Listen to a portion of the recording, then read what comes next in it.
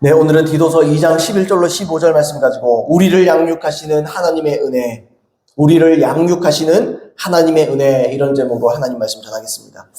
제가 한국교회를 비판적인 말들을 종종 합니다. 왜냐하면 이 한국교회의 모습은 초대교회와 너무 달라요. 또 성경에 나와 있는 믿는 자들의 모습과 이 신자들의 모습과 대한민국 신자들의 모습이 너무 다릅니다. 그래서 참 안타까운 마음을 가지고 있는데, 과거에 한국교회에 이 제자훈련이 유행했습니다. 제자훈련. 그러면서 양육이라는 말이 유행했어요. 양육. 교회가 성도를 양육해야 된다. 잘 길러야 된다. 그래서 교회마다 제자훈련을 했습니다. 제자훈련 지금도 많이 할 거예요. 제자훈련을 도입하고 제자훈련을 할 때 성경 공부를 통해서 소위 양육이라는 것을 했습니다. 그래서 몇 주차 이 수료식을 갖는 거예요. 수료식. 자, 패스했습니다. 제자훈련 몇 기, 그리고 플래카드를 다 달아놓습니다. 누구누구 원사, 누구누구 장로, 누구누구 다 합니다. 그런 식으로 해요. 제가 이 청년 시절에 대구에서 신앙생활을 했는데, 이 청년 시절에 종교적인 교회를 제가 다녔습니다. 그러면서 여러 청년들에게 제가 듣는 말도 아주 유행처럼 듣는 말이 있었어요. 자주 들었어요, 그 얘기를. 우리 교회는 양육이 너무 약하다. 우리 교회도 저기 큰 교회들처럼 양육을 좀 해줬으면 좋겠다. 제가 그때는 잘 몰랐습니다. 근데 제가 그 후배에게 딱 한마디 한 적이 있어요. 형, 나는 양육을 받고 싶은데 우리 교회는 양육이 너무 약한 것 같아. 그래서 제가 그렇게 말했습니다. 그래, 기억이 나요. 근데 잘 몰랐을 때입니다. 그래서 제가 그랬어요. 모세는 광야가 양육시켜줬다. 양육은 공부로 하는 게 아니다. 제가 그 한마디를 딱 했습니다. 계속 찐맛 없는지 더 이상 얘기는 안 하더라고요. 근데 그게 맞아요. 양육은요, 성경 공부로 하는 거 아닙니다. 자, 이처럼 당시에 제자훈련이 굉장히 유행했습니다. 그래서 제자훈련하는 교회가 모델교회예요. 건전한 교회입니다. 그래서 사람들이 플래카드에 써놔요, 교회. 우리 교회는 제자 양육 시스템을 도입한 아주 건전한 교회입니다. 제자훈련의 정신은 좋을지 모르지만 성경의 지식은 우리를 교만하게 할 뿐입니다. 성경 지식이 필요합니다. 근데 성경 지식으로 성공하는 거 아니에요. 나중에 심판대 앞에 갔을 때 넌 12자자 이름을 다 얘기할 수 있느냐? 12자자 이름을 쭉 저도 얘 다 못 외웁니다. 생각하면 외울 수 있어요. 근데 바로바로 암송에 줄줄줄 못 외웁니다. 저도 하나씩 생각하면 아 맞다 이렇게 하면 외우겠죠. 근데 그런 걸로 구원받는 거 아니고요. 그건 모델이 아니에요. 그게 모델교회가 돼버렸죠. 저도 오카노 목사님 책을 읽었습니다. 그분이 초창기 때 제자훈련이 굉장히 좋았습니다. 굉장히 간증도 좋고요. 너무너무 좋았어요. 근데 이게 지식 일변도로 가기 시작해요. 이게 타협을 하기 시작해요. 아까 말씀드렸듯이 일정 기간에 공부를 하면 제자훈련 몇 기 수료식 이렇게 해서 이 수료생들의 이름을 쫙 붙여둔다고요. 플래카드를 다 붙여둔다고요. 그리고 마치 자기의 이름이 거기에 있는 것으로 자기가 예수님의 제자가 되었다라고 착각한다고요. 그러나 그렇지 않습니다. 그렇게 많은 사람들이 제자훈련을 받고 장로님들 제자훈련 받고 다 제자가 되었는지 몰라도 이 제자훈련을 마치고 수료식을 다 마쳐도요, 당회는 여전히 시끄럽습니다. 당회가 되고 목사님과 장로님들이 서로 당회를 해서 회의를 하잖아요. 그러면요, 싸웁니다. 장로들이 교만해가지고 목사한테 대들어요. 여러분, 그래서 칼빈주의의 장로는요, 잘못된 겁니다. 성경의 장로는 목사들을 장로라고 합니다. 장로는요, 성경에 나와 있는 오중직임자 중에 한 명을 장로라고 부릅니다. 장로, 감독, 다 장로고, 그 목사들 중에서 대표적인 목사를 감독이라고 부릅니다. 사람들이 착각한다고요. 장로는 다스리는 장로고, 목사는 가르치는 장로다. 아닙니다, 여러분. 그런 거 아닙니다. 원래 담임 목사나 또는 목사가 가르치면서 다스리는 겁니다. 그래서 여러분, 우리 교단에는 당회가 없습니다. 대한예수교 장로회. 근데 우리 교단의 장로회는 그 장로가 아닙니다. 칼빈주의가 말하는 장로님들의 장로 아닙니다. 그건 오중직임자들로 장로를 말하는 거예요. 우리 교단은 대한예수교 장로회. 우리는 부흥교단으로 속할 것입니다. 앞으로. 제 지금 생각은 우리 교단만큼 좋은 교단이 있나? 이런 생각이에요, 저는. 왜냐면 성경적이니까. 자, 어차피 그렇게 생각하는데, 교회 제자훈련 때 말씀을 배웠잖아요. 근데 그 말씀이 자기의 잣대가 돼버린 거예요. 자기가 배운 그 말씀을 통해서 서로가 서로를 막 비판합니다. 서로 막 비판하고 판단하고 배운 걸 가지고 하나님의 말씀을 막 인용하면서 그 교만한 모습을 보입니다. 제자훈련을 통해서 예수님의 제자를 세우겠다라는 의도는 선했지만 결국 이 제자훈련의 결과는 처참합니다. 그 결과가 지금 현대 교회입니다. 여러분 아셔야 됩니다. 성경에서 제자는요, 예수 그리스도를 믿는 모든 그리스도인들이 다 제자입니다. 사실은 공부한다고 제자고 공부 안 한다고 제자 아닌 게 아니에요. 예수님을 믿고 예수님을 임금과 구주로 모셔드리는 모든 사람은 거듭난 자를 모두 제자라고 합니다. 이게 뭘 우리에게 말해줍니까? 제자는요, 죽을 때까지 배우는 거고 죽을 때까지 따라야 되는 거예요. 그러니까 예수님 믿는다는 건요, 내가 전에 제자였다는 중요한, 수료가 중요한 게 아니에요. 우리의 수료식은 심판대에서 끝날 것입니다. 수료식은 심판대에서, 패스, 그래, 너는 의로웠구나. 너는 나의 제자였구나.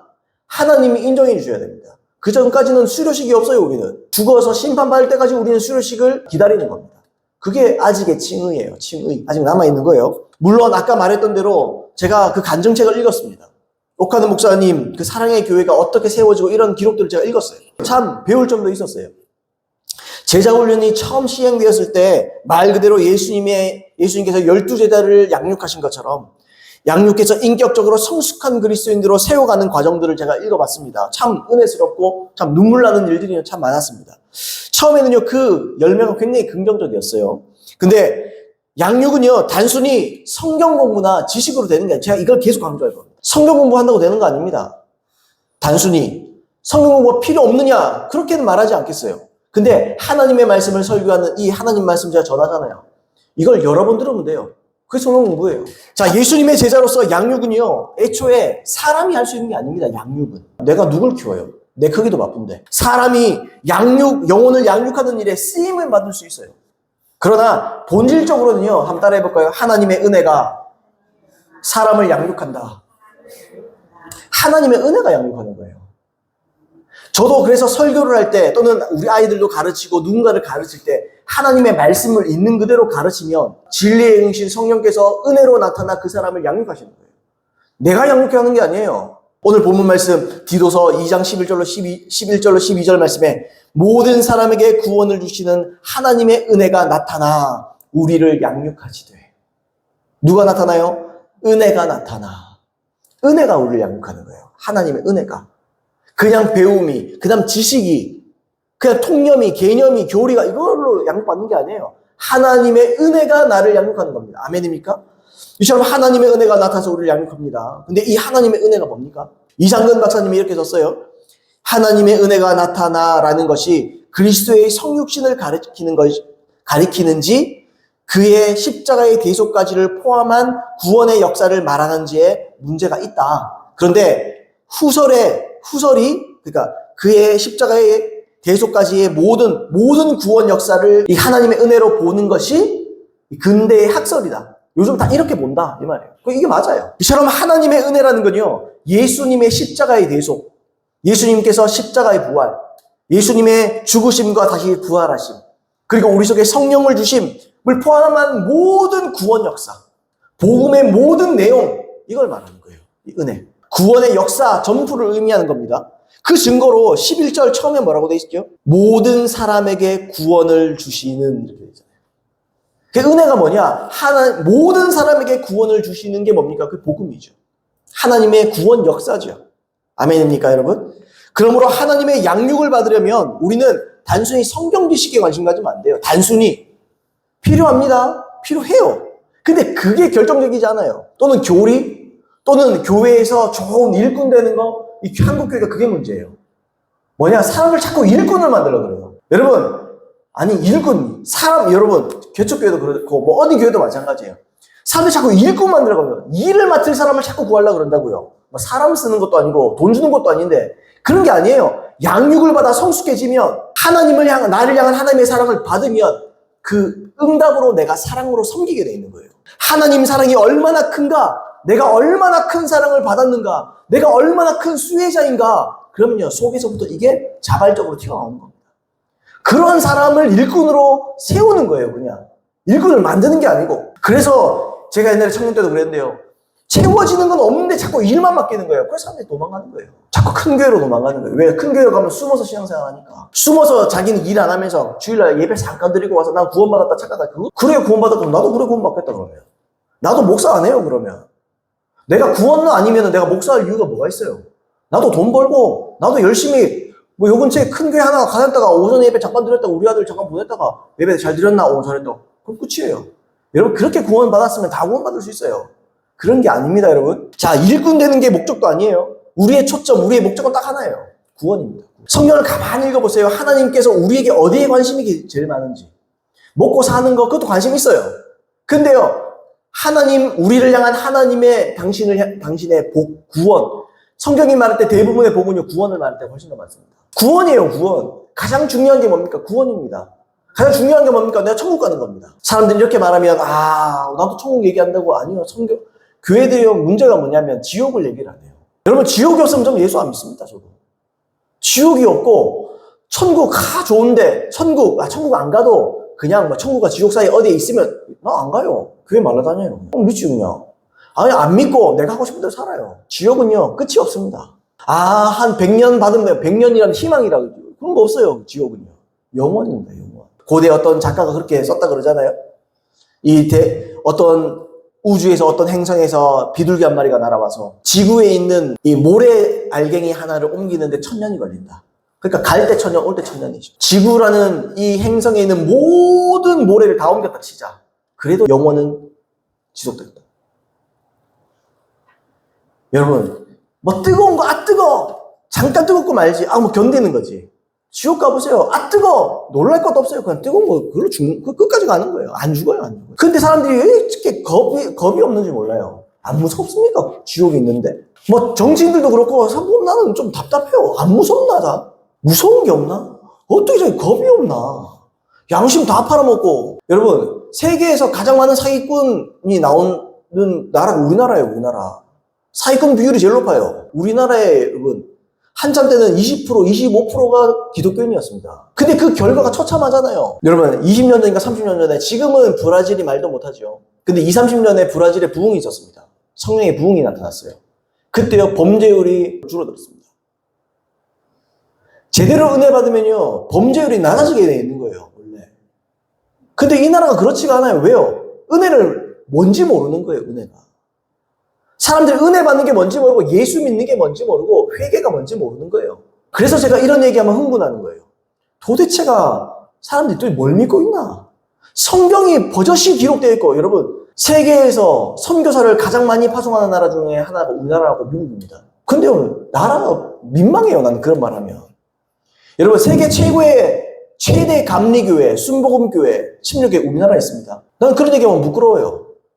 근데 나라는 왜 이 모양인가 싶어요, 나는. 왜 사람들의 도덕성이 이 모양인가 싶어요, 나는. 우울증도 가장 많은 나라예요. 자살률도 가장 많은 나라예요. 사기꾼도 가장 많은 나라예요. 이로 오면, 이게 왜 이렇게, 이게 다 예수님, 이거 다 교회들이 잘못해서 그런 거예요. 교회들이 악해서 그런 거예요. 여러분, 최근에 제가 그런 거 봤습니다. 딴 얘기인데. 여러분, 세계 사람들에게 그걸 조사했어요. 당신에게 가장 중요한 거, 당신이 가장 행복감을 느끼고 중요한 게 뭐냐? 당신이 가장 뭐가 있으면 행복하겠는가? 물어봤더니요. 외국 사람, 유럽에 있는 사람, 미국에 있는 사람 다 조사했더니 대부분이 가족. 가족이 나에게 큰 의미다. 가족이 나의 행복을 주는 것이다. 가족이다. 또는 아니면 내 아내. 근데 우리나라 조사할 게 뭔지 아세요, 여러분? 돈, 물질, 다. 우리나라만, 다른 나라는 전부 다 가족이에요. 가족이나 건강이라든지 이런 것들 있잖아요. 우리나라는 돈. 참 부끄럽지 않습니까, 여러분? 제가 말하는 건요, 이 한국의, 이 대한민국의 민족성도 문제지만 교회의 문제예요. 사람은 다 똑같습니다. 미국 사람이나 한국 사람이나 사람은 다 똑같아요. 성경이 말하는 다 죄인이에요. 근데 여러분, 기독교라는 이것이 여러분 100년 전에 들어와서 물론 부흥도 경험했죠. 근데 수만 부흥한 거예요. 양육한다고 해도 전부 다 지식 쪼가리나 알지 변화가 안 되는 거예요, 여러분. 저는 이게 문제라는 거예요. 이게 너무 큰 문제라는 거예요. 그래서 여러분, 하나님은 우리를 양육하십니다. 뭘 위해서요? 구원을 위해서요. 하나님 우리를 양육하십니다. 구원받으려면 뭐 해야 되는데요? 하나님 말씀대로 살게 해야죠. 하나님이 주시는 하나님의 은혜는요, 우리를 어떻게 합니까? 하나님의 말씀대로 살게 하는 은혜예요. 양육할 때 어떻게 양육해요? 말씀대로 살도록 양육하는 거예요. 우리가 우리 아이들을 양육합니다만, 우리가 키우잖아요. 그러면요, 학교만 보내주고, 이기심 갖고, 네가, 그냥 하고 살아. 졸업하면 졸업해. 이렇게 하면 됩니까? 여러분, 그게 아니잖아요. 여러분들에게도 여쭤봅니다. 여러분들도 구원을 위해서 양육하시고자 하는 하나님의 그 은혜를 받고 있습니까, 여러분? 구원하시고자 하는 은혜를 받고 있냐고요. 부자 되고 돈 잘 벌고 이 땅에 성공하는 은혜는 구할지 몰라도 나를 구원하시는 하나님의 은혜를 즐겨받으며 그걸 기대하느냐고요. 이게 문제라는 거예요, 제 말은. 성도들도 똑같다는 거예요. 저도 마찬가지지만 저도 은혜를 구할 때 부흥이나 구하고 그냥 막 사람 많아지는 거 구해서 그러면 절대로 좀 못 써요. 저는 망가지는 거예요. 목사도 초점은 하나예요. 내 구원입니다. 목사는 두 번째 초점은 또 다른 초점은 또 하나예요. 성도님들이 구원받는 겁니다. 여기 계신 여러분들이 구원받는 겁니다. 이게 내 목적이에요. 단순히 교회가 커지고 의자가 많아지고 그게 무슨 의미가 있어요? 다 모아놓고 다 지옥 보낼 거면 그게 무슨 의미가 있냐는 거예요. 다 천국 가는 게 중요한 거예요. 이 땅에 건물은 의미가 없는 거예요, 사실은. 물론 사람이 복지를 위해서 사람들이 같이 모이고 이런 생활들을 하기 위해서 건물을 지은 것도 필요할 수 있고 필요에 따라서 필요할 수 있어요. 근데 그게 목적되면 안 된다는 거예요. 근데 많은 사람들이 그게 목적이라는 거예요. 그래서 여러분 우리 첫 번째로 한번 나눠봅시다. 첫 번째로 한번 따라해 보겠습니다. 은혜는 버리게 한다. 본문 2장 12절 말씀을 제가 필요한 부분만 읽겠습니다. 우리를 양육하시되 경건하지 않은 것과 이 세상 정욕을 다 버리고. 이 말씀 그대로예요. 양육하시는데 양육해서 뭘 하느냐? 버리게 한다. 다 버리게 한다. 양육은요, 아까 방금 말씀드렸지요. 양육은 단순히 덩치 커지는 거 아닙니다. 교회가 커지는 것도 아니고 내가 뭐 잘 나가는 것도 아니고 그런 거 아니에요. 양육이라는 말은 원어로 보시면 교육, 훈련, 교정, 징벌 이런 뜻입니다. 이거 어디서 많이 안 들어봤습니까? 하나님의 감동으로 된 것으로 교훈과 책망과 바르게 하는 거, 의로 그 전부 양육을 얘기하는 거예요. 양육. 교훈, 훈련, 교정, 징벌 그거잖아요. 이 전체가 다 양육이에요. 잘 먹이는 게 양육 아니에요, 단순히. 지식적으로 뭘 가르치는 게 단순히 양육 아니에요. 뭐가 있어요? 교육이 있는 거예요. 그 안에 훈련이 있는 거예요. 기도하라. 기도해야 된다. 교육하고 훈련하고 또 잘못한 게 있으면 교정하고 그 다음에는요 또 잘못했으면 징벌하고. 요즘에 뭐 최근에 보니까 그렇더라고요. 초등학교 3학년이 교감 선생님이 뺨을 때리고 욕을 했다 그러더라고요. 이게 현실입니다, 여러분. 요즘의 현실. 학생 인권절에 개나 줘라 그러세요. 뭐 잘못된 사람도 있어요. 저도 중학교 시절에 선생님한테 뺨을 얼마나 세게 맞았는지. 글쎄 뭐 그 전날 부부싸움하고 왔나 봐요. 다 알잖아요. 느낌이 있잖아요. 별로 잘못한 건데 뺨을 얼마나. 나쁜 선생들도 있어요. 근데 여러분 좋은 선생님이 훨씬 많았습니다. 그래서 여러분 옛날에 뭐 우리 때는 그거 아니지만 옛날에 뭐 선생님 그림자도 밟지 마라 그런 말 있잖아요. 그 정도까지는 아니라도 애들이 존중을 안 해요, 선생님을. 뭐 그러면서 뭐 학생의 인권이 중요하고 그럼 선생님들의 인권 안 중요해요? 그렇게 인권이 중요하면 선생님들의 인권 안 중요하나? 선생님들은 고생해도 돼요? 전부 다 학부모들도 선생님들 전화해가지고 막 따지고 뭐 이거 묻고 막 이렇게 해라 저렇게 해라. 요즘에 그것도 한다면서요. 칠판 앞에 나가서 푸는 거 못하게 돼 있다면서요. 뭐 옛날에 몇 번 나와 이거 풀잖아요. 이거 못 푼대요. 왜요? 못 풀면은 사람들에게 부끄러워진다고. 이게 무슨 학교야 그게? 보육원이지. 그 어린이집이지. 요즘 이게 실태입니다. 자, 아무튼 제가 그런 얘기 제가 이걸 얘기하다 보니까 얘기하는 거예요. 자, 그래서 여러분, 우리는 단순히 성경 지식, 읽어내가 이게 초점이 아니에요. 하나님의 구원의 이 은혜 자체가. 우리는 구원을 받기 위해 양육받아야 되고, 구원을 받기 위해서 교육받아야 되고, 구원을 받기 위해서 훈련받아야 되고, 구원을 받기 위해서 교정도 받아야 되고, 구원을 받기 위해서 징벌도 받아야 되고. 이걸 우리 입장에서 보자고요. 우리에게는 하나님의 징벌이 필요합니다. 우리는 하나님으로부터의 교정이 필요합니다. 하나님으로부터의 훈련이 필요하고 교육이 필요합니다. 하나님 우리를 양육시켜 주셔야 됩니다. 그래서 우리는 이 양육을 받으면 어떻게 돼요? 버리게 돼 있는 거예요. 여러분 사도 베드로가 옛날에 그랬어요. 누가복음 18장 28절에서 예수님께 뭐라고 해요? 우리가 우리의 것을 다 버리고 주를 따랐나이다. 우리 걸 다 버리지 않고는 주님을 못 따릅니다. 내 걸 다 버려야 따를 수 있는 거예요. 자, 그럼 뭘 버려야 됩니까? 여러분 오늘 말씀에 나와 있죠. 첫 번째로 나는 경건하지 않은 것을 다 버리고 있는가? 우리에게 자문해 봐야 됩니다. 경건하지 않은 것을 다 버리고 있는가? 디도서 2장 12절 아까 말씀이죠. 우리를 양육하시되 경건하지 않은 것을 다 버리고. 우리를 양육하시는데 경건하지 않은 우리의 습성을 다 버리게 만듭니다. 내가 예수님을 믿은 지 10년, 20년이 지났는데 아직도 음란하고 아직도 불경하고 이렇다? 그 사람 지금 은혜 못 받고 있는 그 사람 지옥 가잖아요. 교회에 출석하는 사람이지 예수 믿는 사람 아닙니다. 여기서 경건이라는 헬라어 단어는요, 아세베이아라는 단어예요. 이건 유세베이아라는 단어도 있거든요. 이것도 경건이란 말인데 이거는 강도가 더 센 걸 말하는 더 강도가 높은 표현입니다. 이 말은 헬라어 문헌에서 이런 거예요. 신에 대한 멸시, 하나님께를 멸시한다. 또는 질서에 대한 멸시, 교회 안에 질서가 있잖아요. 이건 멸시하는 거예요. 그리고 멸시하거나 위반하거나. 70인역에 보시면 이 단어는 하나님과 하나님의 뜻에 대한 경멸. 하나님 뜻 안 따르고 싶다. 난 하나님 나는 싫다. 멸시하고, 천대하고. 이런 거. 또 신약 성경에서는 하나님께 대한 경외심이 없는, 하나님께 대한 불신앙, 요걸 표현할 때 요 단어를 써요. 불경하다. 경건하지 않은 것 할 때, 이 표현을 할 때. 그렇게 쓴다는 거예요. 그래서 신학자 그랜트 호스본이 이렇게 썼습니다. 신자들은 하나님에 대한 공경심이 결여된 모든 행동을 거부해야 한다. 경건치 않음은 하나님에 대한 사랑의 결여나 총체적인 무시를 의미한다. 우리는 많은 이들이 모든 삶의 영역에 대한 하나님의 영향을 철저히 거부하는 시대에 살고 있다. 그리스도인들은 그러한 태도를 거부해야 한다. 이렇게 말했어요. 쉽게 말하면 그런 겁니다. 하나님 없는 것처럼 사는 거. 이 시간도 마찬가지입니다. 하나님 없는 것처럼 예배하는 거. 기도할 때도 하나님 없는 것처럼 기도하는 거. 기도는 하는데 되겠나? 믿지 않고 기도하는 거. 예배할 때도 마찬가지입니다. 아니는 떠들어라. 나는 여기 딱 간다. 이런 거 다 말하는 거예요. 하나님 없는 것처럼 살고 하나님 없는 것처럼 생각하고 내가 죄를 지을 때도 하나님 아무도 없는 것처럼. 여러분, 우리가 나 혼자 죄 지을 때도 하나님 옆에 계십니다. 더군다나 음란죄를 말한다면 주님께서 내 안에 계셔요. 성령께서 내 안에 계셔요. 하나님의 영이 내 속에 계십니다. 다 알고 다 보고 계십니다. 불신자들은 말할 것도 없고요. 그리스도인이라고 하면서도 하나님과 하나님의 임재, 하나님의 뜻을 의식하지 않는 거예요. 내가 저 말씀, 하나님 말씀을 내가 목사님을 통해서 설교를 들었어도 내가 그 때가 되면 일부러 까먹는 거예요. 일부러 의식하지 않는 거예요. 일부러 회피하는 거예요. 그리고 교회와 교회에 세워진 질서가 있잖아요. 우리는 개척하는 입장이니까 그렇게 큰 질서가 보이진 않겠지만 그래도 질서가 있죠. 하나님께서 목사를 세운 거지요. 제가 설교할 때는 가족은 가족이 아닌 거예요. 난 가족 앞에 목사인 거예요. 그냥. 어디라도 마찬가지인 거예요. 자, 어떤 것이 하나님의 뜻인지 알고 또 양심의 거리낌이 있을 수 있어요. 그러면서 다 무시하는 겁니다. 양심이 얼마나 중요한지 압니까, 여러분? 양심을 무시한다. 그건 하나님 무시하는 거예요. 왜요? 양심에다가 하나님께서 피 뿌렸기 때문에. 피를 뿌려 우리의 양심을 되살렸기 때문에 참된 그리스도인들은 양심의 소리를 들어야 됩니다. 이거 무시하면요, 그게 하나님 무시하는 거예요. 그래서 성경에 나오는 거예요. 양심에 화인 맞은 자들이 나오는 거예요. 양심에 화인 맞은 자들은 100% 지옥 갑니다.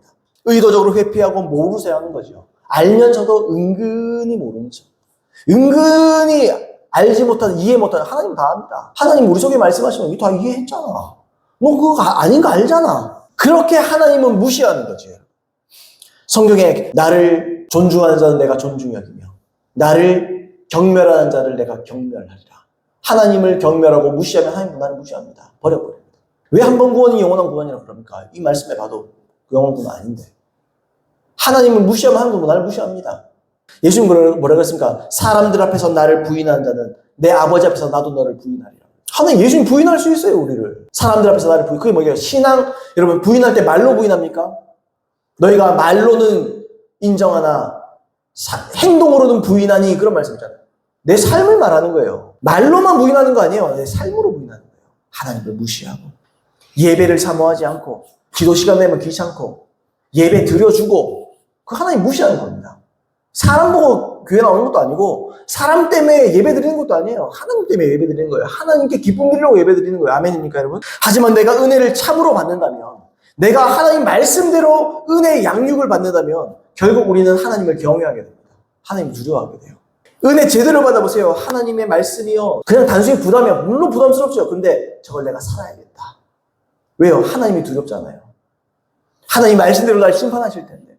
내가 이렇게 한 것은 왜요? 하나님 그것만 줍니까? 성령을 주잖아요. 살 수 있도록 만들잖아요. 그래서 하나님을 의식하게 만들고 하나님의 뜻을 결코 모른 척 할 수 없죠. 양심의 거리낌을 느끼면서 자기의 생각과 자기의 뜻을 이제 포기하기 시작합니다. 그게 예수 제대로 믿는 거예요. 양육이라는 말처럼 제가 지금 말씀 오해하지 마세요. 양육이라는 말이라고 했잖아요. 제가 양육. 양육이라는 말처럼 처음부터 완벽하지 않을 수 있어요. 그러나 전반적으로 하나님과 진리, 하나님께서 세우신 교회, 그리고 교회의 질서를 겸손하고 온유한 마음과 태도로 순종하고 노력하는 사람이 진짜입니다. 여기에서 벗어나면 가짜예요, 그 사람. 왜요? 은혜는 그러라고 주시는 거예요. 그것 때문에 양육하는 거예요. 이처럼 하나님을 아는 것 대적해서 높아진 모든 것을 다 무너뜨리고 다 버리도록 만드는 것. 이것이 양육하시는 하나님의 참된 은혜인 줄로 믿습니다. 여러분, 은혜 받고 계시나요? 지금도? 은혜스럽습니까? 말씀이? 여러분, 사람들이 은혜스럽다라고 말하면, 막 그냥 내 마음도 만져주고, 그게, 맞아요. 그것도 은혜 맞아요. 근데 여러분, 성경에 말하는 주된 은혜는 그런 은혜 아닙니다. 사실. 각성시키는 겁니다. 여러분, 부흥을 원하십니까, 여러분? 사람들이 부흥을 원하잖아요. 부흥의 원래 의미가 뭡니까? 부흥을 다른 말로 뭐라 그럽니까? 대각성입니다. 부흥은요, 사람을 각성시키는 거예요. 첫사랑으로 돌아가게 만드는 거예요. 하나님을 사랑하게 만드는 게 부흥이에요. 근데 사람들은 부흥 그러면 사람들이 많이 모여서 와 막 능력이 나타나니까 그게 부흥 좋다 그러죠. 아니요. 부흥은 그게 목적이 아니에요. 단순히 부흥은요 나를 각성시키는 거예요. 주님 내게 부흥을 주시옵소서. 나에게 이 교회에 부흥을 주시옵소서. 이 말은 굉장히 무게감 있는 말이에요. 다시 말하면 하나님 이 성령이 충만한 교회에 부흥을 주시옵소서. 그 말은 주님 내가 주 앞에서 박살나겠습니다. 내가 주 앞에서 버리겠습니다. 내가 주님 앞에 다 버릴 수 있는 사람이 되게 도와주시옵소서. 나는 없고 예수 그리스도만 있는 내가 되게 해주시옵소서. 굉장히 부담스러운 말입니다, 여러분. 그 의미를 아시고 기도하시기를 부탁드리겠습니다. 그래서 여러분 진짜 은혜는 무엇보다 마음과 뜻, 동기, 일상과 신앙에서 경건하지 않은 모든 것을 철저하게 버리게 만드는 것입니다. 그런 은혜 받는 저와 여러분 되기를 예수님으로 축복합니다. 두 번째로 나는 이 세상 정욕을 다 버리고 있는가? 필요한 부분만 읽습니다. 2장 12절 우리를 양육하시되 이 세상 정욕을 다 버리고 여러분 처음과 이어서 하나님의 은혜는 우리를 양육하십니다.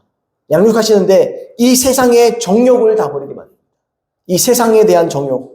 사도 요한은 이 세상 정욕에 대해서 이렇게 썼어요. 요한일서 2장 15절로 17절 말씀에 이렇게 썼습니다. 이 세상이나 세상에 있는 것들을 사랑하지 말라. 누구든지 세상을 사랑하면 아버지의 사랑이 그 안에 있지 아니하니 이는 세상에 있는 모든 것이 육신의 정욕, 안목의 정욕, 이생의 사랑이니 다 아버지께로부터 온 것이 아니요 세상으로부터 온 것이라.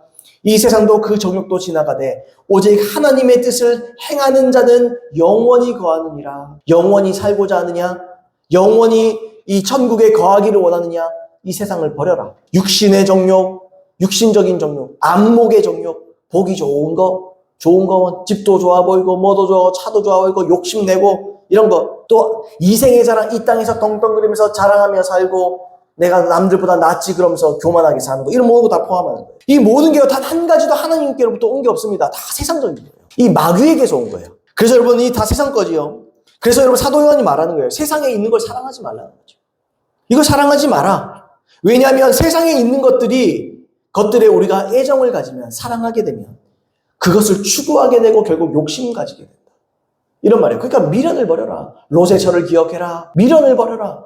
세상 것에 미련 버려라. 우리가 여러분 누군가를 사랑하게 되면 어때요? 그 사람에게 처음에는 관심을 가집니다. 관심이 간다. 두 번째는요. 관심을 넘으면 이게 너무 지나쳐 버린다. 관심을 넘어서 너무 지나치게 돼. 그 애착이 돼버려요. 애착을 넘으면요. 어떻게 되죠? 그 다음엔 집착하게 됩니다. 그때부터 이제 스토커가 되는 거죠. 뭐 이런 매니아 저런 매니아 많잖아요. 뭐 이렇게 컬렉터 뭐 이것저것 모으고 장난감 모으고 이제 어른들도 장난감 모으더라고요. 먼지 하나 묻을까봐 찬장을 사가지고 다 갖다 넣어놓고 그냥 그저 막 이틀에 한 번씩 다 꺼내가지고 막 뭐 그게 이제 심하게 되면 집착이 되는 거죠. 저 우리 둘째 앉아 있는데 우리 아들이 둘째가 10살입니다.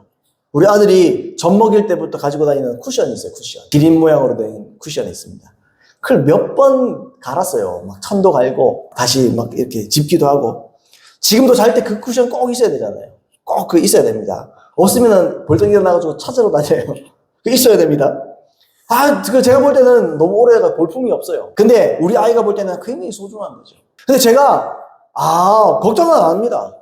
나이가 들고 바르게 성장하고 양육받으면 거기에 대한 애착을 버리게 되잖아요. 이처럼 아직도 우리가 세상에 대한 어느 정도의 애착이 있을 수 있어요. 미련이 있을 수 있습니다. 그런데 만약 저와 여러분들이 하나님의 은혜를 때마다 받아서 양육을 받고 꾸준히 바르게 성장한다면요. 결국에는 버리게 돼 있습니다.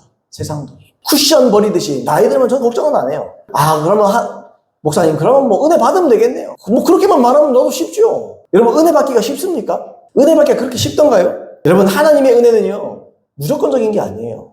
그냥 아무나 그냥 좋다고 그냥 은혜 주고 그러지 않습니다. 하나님이. 여러분 은혜 받는 데는요. 조건이 있어요.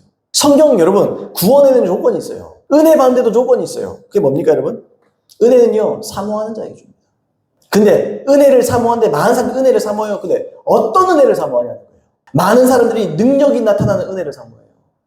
자기가 막 크게 대단한 사람이 되는 그런 은혜를 사모해요. 자기가 갑자기 지혜로워져서 이 땅에서 성공하는 그런 은혜를 사모합니다.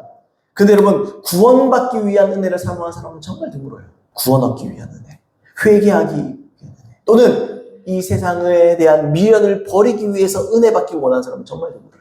더 이상 세상 사랑하고 싶지 않다.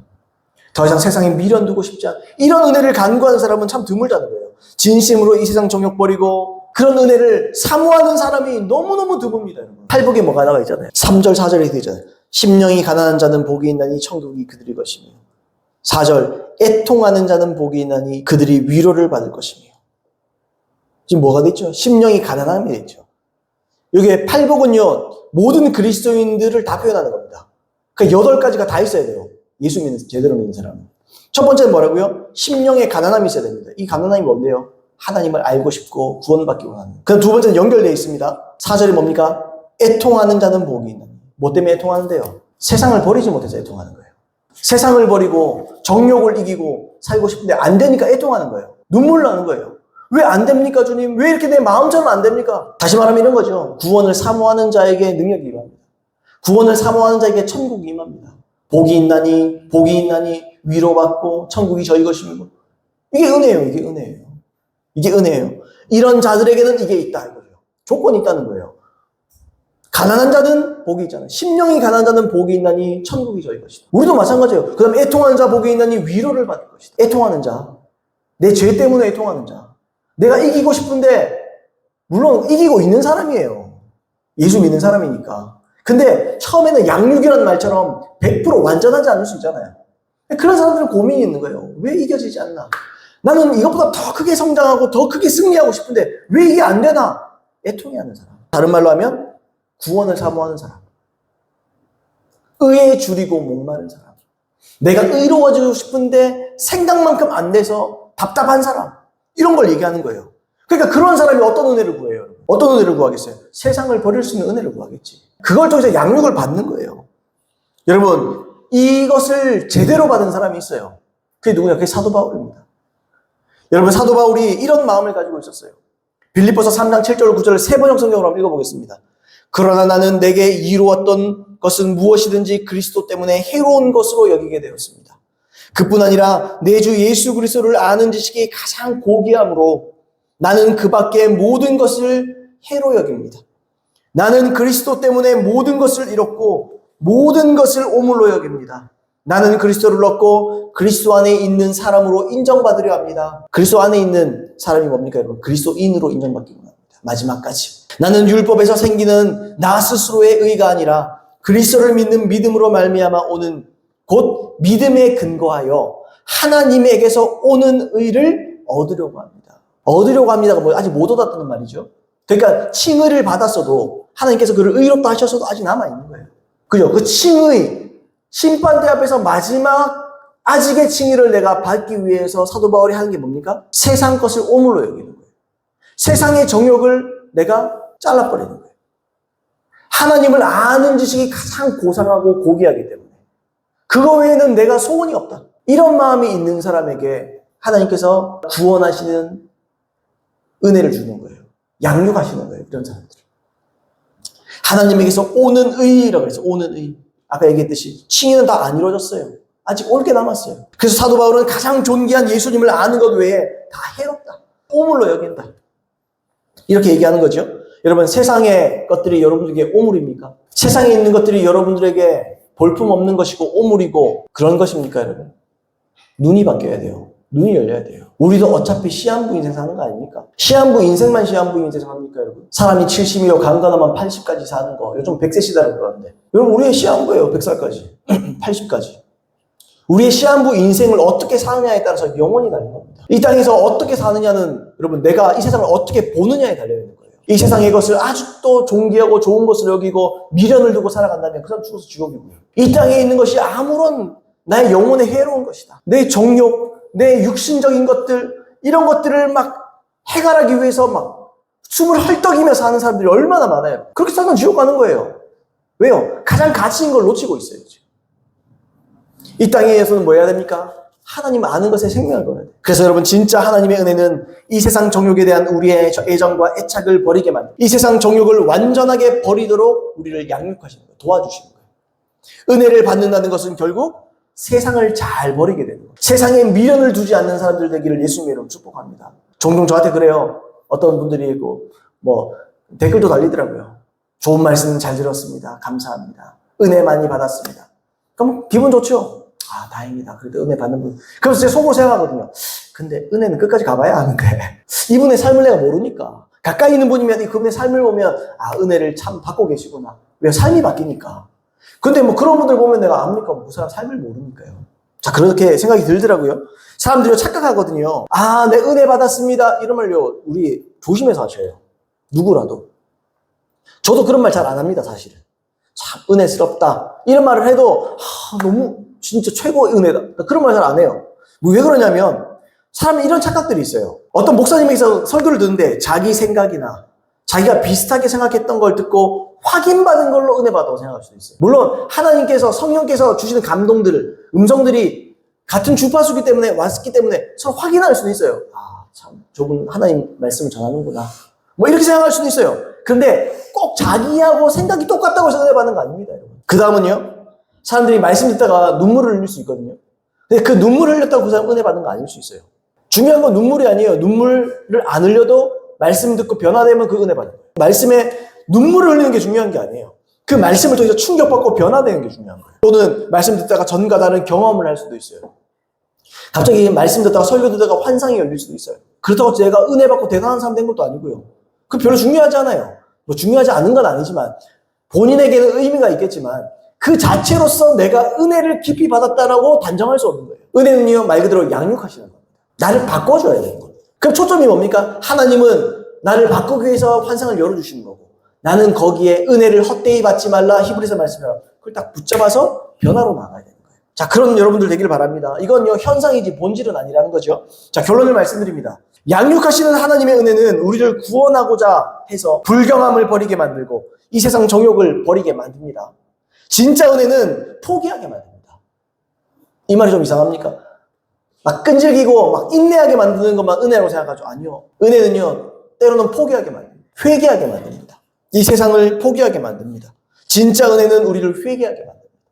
진짜 은혜는 우리의 완고하고 고집스러운 마음을 박살내버립니다. 그리고 이런 은혜가 진짜 은혜예요. 기분 좋아지고 무슨 체험하고 뭔가 기쁨이 넘치고, 물론 기쁨이 넘칠 수 있죠. 근데 단순히 그게 은혜가 아니에요. 은혜는요, 결과로 말합니다. 은혜에 대한 합당한 열매가 있어야 됩니다. 앞에서 말씀드렸어요. 교육, 훈련, 교정, 징벌이 이 은혜 안에 포함되어 있다고 말씀드렸습니다. 우리가 자녀를 양육할 때 교육도 하고 훈련도 시키고 교정도 하고 징벌도 해요. 괴롭히려고 괴롭히는 게 아니죠. 그걸 통해서 성장하라는 거죠. 사랑하기 때문에 한 사람을 만드는 거죠. 하나님도 마찬가지입니다. 우리에게 때로는 어려운 징벌이 있을 수도 있어요. 때로는 고난과 고통이 있을 수도 있어요. 하나님께서 나를 괴롭히려고 그러시는 게 아닙니다. 사람 하나 만들겠다는 거예요. 구원받는 사람 하나 만들겠다는 거예요. 제가 우리 애들, 여러분도 다 경험하셨겠지만, 우리 부모님 계시고, 다들 자녀가 있으신데, 애들 혼내는 게요, 그게 보통 신경 쓰이는 게 아닙니다. 이 말에서 상처받지 않을까? 이 말에서 막 마음에 좀 그러지 않을까? 마음에 또 소심한 마음이 품지 않을까? 참 신경 쓸 거 많고, 아이들 보면 혼낼 때도 때로는 기도하면서 혼냅니다. 하나님, 너 어떤 말 더 해야 됩니까? 막 기도하면서. 어떻게 해야 됩니까? 내가 너무 감정적이지 않았을까? 막 그런 생각도 들고, 그런 이런저런 생각들이 들면서 혼내는 거잖아요. 하나님이 여러분들을 징벌하고 여러분을 양육한다고 생각해보세요. 하나님은요, 여러분 한 사람 한 사람에게 부단한 관심을 기울이십니다. 많은 마음을 쏟아서 여러분들을 양육하시는 거예요. 하나님의 은혜를 귀한 것으로 여기는 저희 여러분에게 바랍니다. 그래서 여러분, 버릴 건 버립시다. 붙잡을 건 붙잡읍시다. 세상은 버립시다. 하나님이 아니라 불경한 것들 버립시다. 버려야 삽니다. 버려야 살 수 있어요. 하나님의 뜻대로. 회개하고 복음을 믿을 수 있는 것처럼 여러분, 버려야 살 수 있습니다. 여러분, 꼭 버리는 저와 여러분 되기를 예수님의 이름으로 축복합니다. 여러분 삶 가운데 오늘 기도하실 때 오늘 말씀을 들으면서 여러분 마음에 부딪힌 것들이 있을 것이고, 또 오늘 말씀을 통해서 여러분 속에 불경한 것, 하나님께서 원치 않는 것, 하나님은 여러분 다 알잖아요. 상식적으로. 사람들 기본적으로 압니다. 하나님께서 뭘 기뻐하시고 무엇은 슬퍼하시는 것. 혹시 그것 때문에 여러분 마음 쓴 거 있습니까? 여러분 회개하시고 돌이키십시오. 버리십시오. 그걸 붙잡고는, 그걸 가지고는 천국 못 들어갑니다. 그리고 경건하지 않은 것뿐만 아니라 이 세상의 정욕, 내가 미련 가지고 있는 거 있습니까? 여러분? 버릴 거면 버리세요, 빨리. 후회하지 말고. 그래서 하나님께서 우리를 잘 양육하셔서 우리로 구원받는 한 사람 한 사람이 될 수 있도록 기도하겠습니다.